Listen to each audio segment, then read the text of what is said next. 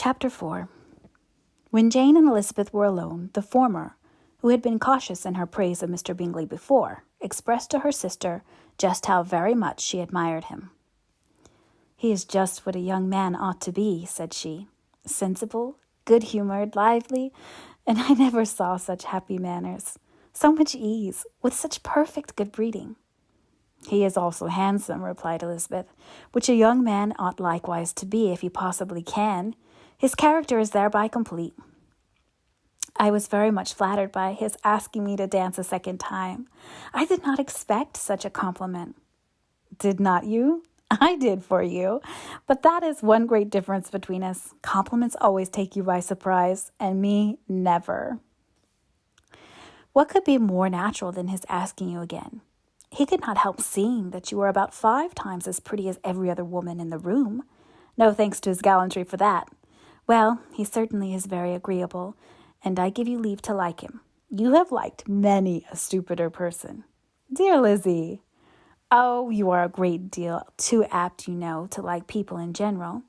You never see a fault in anybody. All the world are good and agreeable in your eyes. I never heard you speak ill of a human being in your life." "I would not wish to be hasty in censuring anyone, but I always speak what I think. I know you do. And it is that which makes the wonder. With your good sense to be so honestly blind to the follies and nonsense of others. Affectation of candor is common enough. One meets with it everywhere. But to be candid without ostentation or design, to take the good of everybody's character and make it still better and say nothing of the bad, belongs to you alone. And so you like this man's sisters too, do you? Their manners are not equal to his." "Certainly not at first, but they are very pleasing women when you converse with them. Miss Bingley is to live with her brother and keep his house, and I am much mistaken if we shall not find a very charming neighbour in her." Elizabeth listened in silence, but was not convinced. Their behaviour at the assembly had not been calculated to please in general, and with more quickness of observation and less pliancy of temper than her sisters, and with a judgment too unassailed by any attention to herself, she was very little disposed to approve of them. They were in fact very fine ladies, not deficient in good humour when they were pleased, nor in the power of making themselves agreeable when they chose it, but proud and conceited. They were rather handsome, had been educated in one of the first private seminaries in town, had a fortune of £20,000, were in the habit of spending more than they ought, and of associating with people of rank, and were therefore in every respect entitled to think well of themselves and meanly of others.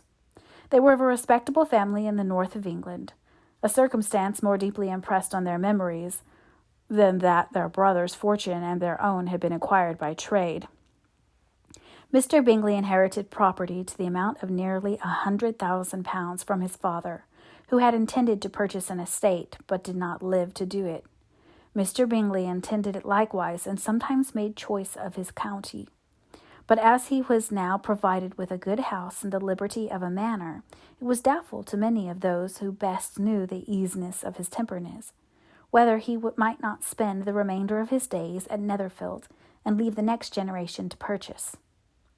His sisters were anxious for his having an estate of his own, but though he was now only established as a tenant, Miss Bingley was by no means unwilling to preside at his table, nor was Mrs. Hurst, who had married a man of more fashion than fortune, less disposed to consider his house as her home when it suited her.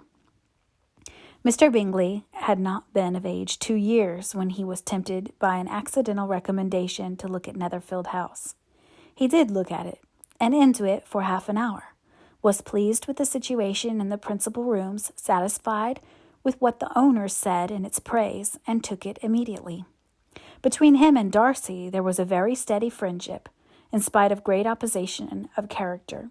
Bingley was endeared to Darcy by the easiness, openness, and ductility of his temper, though no disposition could offer a greater contrast to his own, and though with his own he never appeared dissatisfied. On the strength of Darcy's regard, Bingley had the firmest reliance, and of his judgment the highest opinion.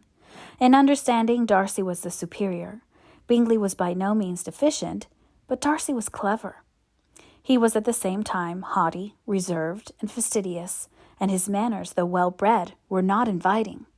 In that respect his friend had greatly the advantage. Bingley was sure of being liked wherever he appeared. Darcy was continually giving offence. The manner in which they spoke of the Meryton assembly was sufficiently characteristic. Bingley had never met with more pleasant people or prettier girls in his life. Everybody had been most kind and attentive to him. There had been no formality, no stiffness. He had soon felt acquainted with all the room. And as to Miss Bennet, he could not conceive an angel more beautiful. Darcy, on the contrary, had seen a collection of people in whom there was little beauty and no fashion, for none of whom he had felt the smallest interest, and from none received either attention or pleasure. Miss Bennet he acknowledged to be pretty, but she smiled too much. Mrs. Hurst and her sister allowed it to be so, but still they admired her and liked her, and pronounced her to be a sweet girl, and one whom they would not object to know more of. Miss Bennet was therefore established as a sweet girl, and their brother felt authorized by such commendation to think of her as he chose.